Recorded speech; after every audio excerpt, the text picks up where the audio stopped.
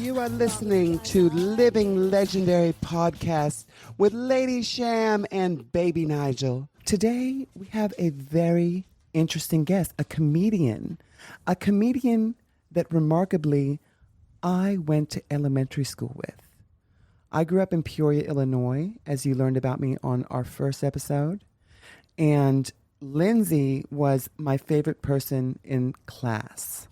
I was obviously gay, not so obviously transgender because you couldn't really wear like a dress to school back then, but very obviously gay. And Lindsay was actually my girlfriend for a day, as deep as that can be in sixth grade.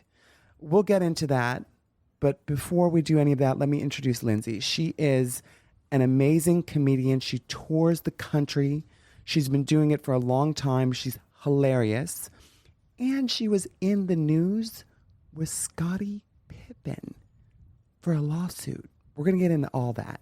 Her name is Lindsay Glazer, Glazer, and we have her here right now. Lindsay, say hello. Hi, thanks for having me. Thank you for coming on the air. Lindsay, meet Nigel. This is Baby Nigel, our co-host. Hi, Baby Nigel. Hi, Lindsay Glazer. Is that your stage name? That's my real name. I've been Lindsay Glazer since I was in sixth grade with Sham. Very cool. I remember that. In fact, I remember, Lindsay, your father, if my memory is right, your father had an ice cream shop in Peoria, Illinois. Is that right? That's right. Buzzies. It was called Buzzies. Buzzies ice cream. We used to go there and get ice cream after class. It was the best ice cream I've ever had. And I've always dreamed of that ice cream since we left Illinois. Now, Lindsay, literally my family moved to California just that next year after sixth grade. I ended up going to California. So what happened to you after I left? Well, I no longer had my first boyfriend. Just so everyone knows, that's true what Sham is saying. It's not a demented fantasy. And he might not remember this, but I do. He was my very first kiss, and we made out to That's What Friends Are For, to Dionne Warwick's thing, which should have told us both something about. All I remember, it was in your mother's basement during your birthday party, and it was like a group of kids, and we went down there to play Spin the Bottle, and then we played Spin the Bottle, and we landed on each other. Am I right? You are mixing memories. I remember really? that night too. Okay, I remember. Wasn't that your birthday? There was a birthday party at your mom's house in Peoria. That's what I remember for sure. Yes, we had a birthday party, but that's not where we made out. That was like the one time I went to your house, and I was like trying to be so polite. You know, it was like my first time meeting your mom. I knew your dad from the ice cream place, but I didn't really know. I remember, and you thought my mom knew you were gay before you did, right? Isn't that what you told me? I felt like she did. Because I was just like really polite and well dressed. I was like, I walked in the house. I was like, oh, your house is so beautiful. And your mom looked so pretty. I was like, oh, you look great, you know? And I don't know. I think it was really obvious. Like, to me, it would have been, you could see it from outer space. But back then, it wasn't something that people really talked about and stuff. Well, the town itself was so conservative that, remember, even my uncle, who was also gay, was not out, was married with kids, got divorced and remarried, had another kid, and then came out of the closet 10 years later. And in Peoria, Illinois, everyone's like, oh, you're the first person here. It's such, I don't want to say it's backwater. It's not backwater, but it's so like conservative at the time. Now it's not. But I mean, at the time, it wasn't even in the lexicon. We were in such a bizarre, I mean, there were like 50 Jewish people there, and there were only like probably, 2 Muslim people there. I mean, it's just a very white bread. Actually, it was very white and black. I remember, like, we had half our class was African American and then half was white. And then there was me and one Asian girl. And that was it. That's it. Because of the factory, we only had just blacks and whites and not a lot of other population until later when doctors, because of the cost of living, would start coming down to Peoria. And also, we were in the inner city school that was a magnet school. Let me put Peoria, Illinois in perspective for our listeners. This was Peoria, Illinois back in, I would say, early 90s, late 80s. We didn't even have a Taco Bell. And then I remember when Taco Bell came, because I was so excited. It was like a new thing. I suggested to my friend's mom, we go to Taco Bell for lunch. And she said, I'm sorry, I don't like that foreign food. So that was basically, that could sum up Peoria, Illinois for you if you didn't grow up there. Now, Lindsay, I want to ask you something. I'm sorry to just dive straight into your comedy, but I really want to know, what's your take on comedy, Lindsay? You're a comedian of many years. On comedy? Yeah, tell me. You're a comedian. Comedy's funny. I hope so. That's Nigel's take, not mine. Sometimes not. Yeah. I'm sure if you're a working comic, you have to sit through a lot that's not. Yes, you sit through a lot of stuff that's not funny. You sit through a lot of just nonsense all the time. What are some of the best places that you played? I love Comic Strip in New York. I love Laugh Factory in Chicago. I mean, there's so many like great places and like clubs. Of course, I'm like blanking right now. Jukebox in Peoria. You see, we're gonna just go back to Peoria. Jukebox in Peoria is actually my favorite place because that's where Richard Pryor is from. He's from Peoria, Illinois. Oh my gosh, I have a story about that. Go ahead. Yeah. Go ahead. I'm innocent. So do I, by the way. So okay, no, everybody from Peoria, Illinois has a Richard Pryor story. It's absolutely true. Richard Pryor, by the way, for our listeners that don't know, Richard Pryor is our crown jewel. He is the celebrity that came from Peoria, Illinois. What I remember from Richard, this is the only, obviously I never saw or encountered Richard Pryor because he was long gone from Peoria at that point and a big star. Yeah. But we all had heard of the legend of Richard Pryor in Peoria, Illinois, because he came from there. And what I remember is there was a substitute teacher. You may even remember this guy. And he told a story about having been Richard Pryor's teacher. And he said Richard was the worst behaved kid in class. And he learned how to discipline children because of Richard. And Richard always interrupted the class and did this and that and the other. But I think, looking back, from what I remember growing up, it was kind of racist. Even in the late 80s, early 90s, it was still like that. And I think that teacher was like singling Richard out in the way that I even saw in being in sixth grade at that time. I even saw that happen during our time. Do you remember things like that from Peoria? Yeah, definitely. So much racism in Peoria in a lot of ways that you don't even see until like later as you like get older and you're like, oh. I saw it then because my family didn't really fit in really on either side. Well, we were not white and we were not African American. We were like Middle Eastern, and obviously I was a darker tone. And I remember, even though it was not enforced, when there was lunch period, the African American students would sit on one side and the white students would sit on one side. It was so weird. Do you remember that? I don't remember that, but I was probably one of the few people who like sat on both sides, because I remember I still have a lot of friends from grade school who were I black, just remember so like everybody was like so segregated, and it was so weird. It was so weird, and I just felt like I didn't fit in anywhere because I didn't fit in with either one. But one thing I'll say too that I remember, there was like a paddle hanging on the wall. Do you remember that?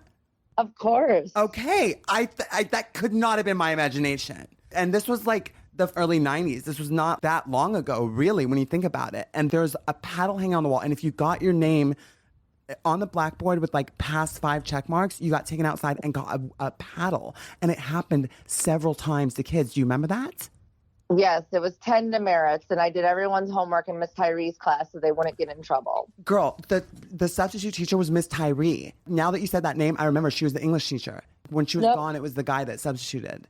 And he's the one that she might have taught English. Miss Tyree taught algebra. She was really mean. She was really mean, Miss Tyree. She was mean. God bless you, Miss Tyree, if you're listening to this now. Hopefully you're nicer.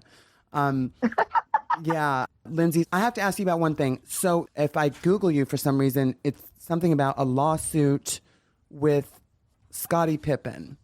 Yep. What is that? What happened So when I lived in Fort Lauderdale, we lost our house in Hurricane Irma. And my insurance had to find us a place to live. And at the time, my insurance policy said you had to find me a place to live within like 5 miles of where we lived. And there were only 3 houses available. And randomly, Scotty Pippin's was the cheapest one. And so we lived there for a year with my husband and my daughter. And they were super weird when we moved in. But honestly, Sham, at the time, I must have looked at like 400 different houses. Like nothing was available. My kid was going crazy. We were trying to find a house. So you rented his house. You rented Scotty's house. Yeah, my insurance rented Pippin's house. And he mistakenly thought I was related to the Tampa Bay Bucks people. And he needed money. He's burned through a lot of money. If you look him up in the press, you can see he's like the most irresponsible, or one of them irresponsible NBA players of all time. Allegedly, for the sake of this, no. For the sake of this program, he is allegedly whatever Lindsay said. He's allegedly whatever I said, but also this program is for entertainment purposes only. You can look it up on Google. Like if you look it up, there's like sources about this. So I could tell like right at the end that they were like being so weird. Like there was something we talked about in the lawsuit where like even after he sued me or said that I like destroyed his house, he let me live there for like another 2 months. And then they sued me. And at some point I realized it and I was like, all right, this is like happening. So obviously what Pippin thought was he was famous and he was going to scare me into just settling with money by, suing me, because that's what most people would do. But they don't know my dad. And my dad taught me growing up, unless you fight back, people will always take advantage of you. So I wasn't scared because I was a lawyer and I wasn't scared of like being in the press. So that's what happened. He sued me. And then he filed the lawsuit. Yeah. Wow. Oh my. Saying we destroyed his house, all this stuff. What did that feel like? What did that feel like to open the mail or have it happens and get a lawsuit from Scotty Pippin? I never opened the mail. Here's the thing that happened. I found out about lawsuit in the press because a journalist called me to get a quote. I never got served until way later, and I just hired a lawyer when I found out and let him do what's called accept service for you. If I wanted to, I could have just never been served. He would have never been able to find me. He could have filed a lawsuit, and we could have never went to court if I had anything like I was afraid of. But it wasn't. And, I have a law degree before I was a comedian. And so we did that, and it did what I always knew it was going to do, which was the insurance was going to settle, because that's what insurance is for, and that's what it does. But, Pippin himself just thought, I don't know what he thought, but they did all sorts of like crazy stuff. At some point, they tried to like charge us for like some of their bills for a house in Arkansas that I never lived in. I mean, they tried to do all sorts of like allegedly shady stuff. But eventually insurance realized, but eventually it just went on for so long. And in between, Scotty Pippin actually lost a son, like a son of his died. And so I think that like changes everyone's perspective a little bit. And then everyone was just at that point, like, all right, we're ready for this to be over. Like, I remember we were in the deposition, we were in the mediation they make you go to. And the judge was like, if you guys go to court, it's going to be a circus. And I was like, yeah, I guess so. But that's only going to be good for me, the publicity. So that publicity was actually good for you when getting. Yeah, I should send him a free Wow. basket. So Scotty Pippin, thank you for filing a lawsuit from Lindsay Glazer and me, because I love you, Lindsay. I was so excited to see all the stories, and I couldn't believe the press coverage of it. And I say this, as a fame whore myself, I say, however you have to do it, do it. As long as you're not hurting anyone. And it's him who fired the first shot and sued you. I didn't even know that.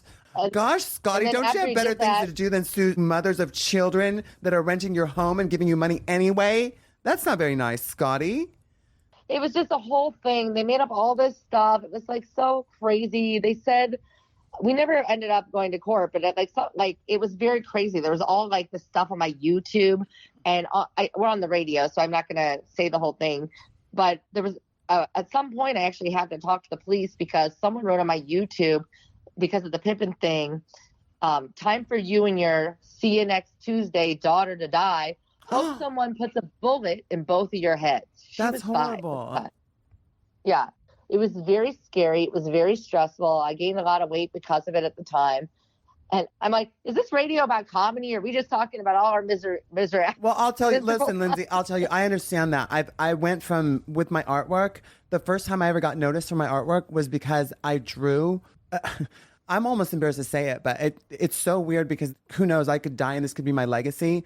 And I hope it's not, but there was like this art show in Hollywood and they said, come up with artwork. So I was trying to do current events and what was current. So Rihanna had just gone through this horrible thing where she was horribly abused by Chris Brown at the Grammys in 2009. So I was drawing tabloid stories and I drew a picture of Rihanna's bruised face photo that was in TMZ. I hung it on this art show and it exploded in the news. It was like on NBC News, Entertainment, it was everywhere, like literally. And I went from never having my artwork, which I had been trying to have my artwork noticed for like 10 years before that, as an 18-year-old, even younger than that actually. So I was just like trying to get my artwork noticed. I couldn't do it. And then like, this is what people notice. And I got the hate I got because obviously Rihanna has all these fans and everything. And I felt so bad because I made stupidest quote when they interviewed me. I was trying to like make it more controversial, like an idiot, and it worked. I got all this press, and even to this day, like there's a book that's a textbook for Berkeley. It's published by Duke University Press, It's called Feminist Surveillance Studies. And they actually did a whole dissertation on my piece and the things I said. And really what I was saying was like that, really what I meant by what I did. And it was amazing because this book actually understood.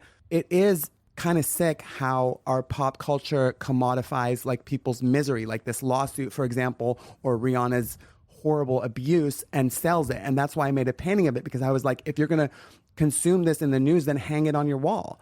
You know, and they kind of understood that actually on a deeper, but it's not a piece that I'm like proud of. It's like embarrassing to even kind of talk about it. And it's so hard, and people want to boil everything down to a soundbite. And I remember they say never say a soundbite that the media can take. So I was on this show, Sex Life, on Amazon Prime, and I was so lucky because the producers are ethical there.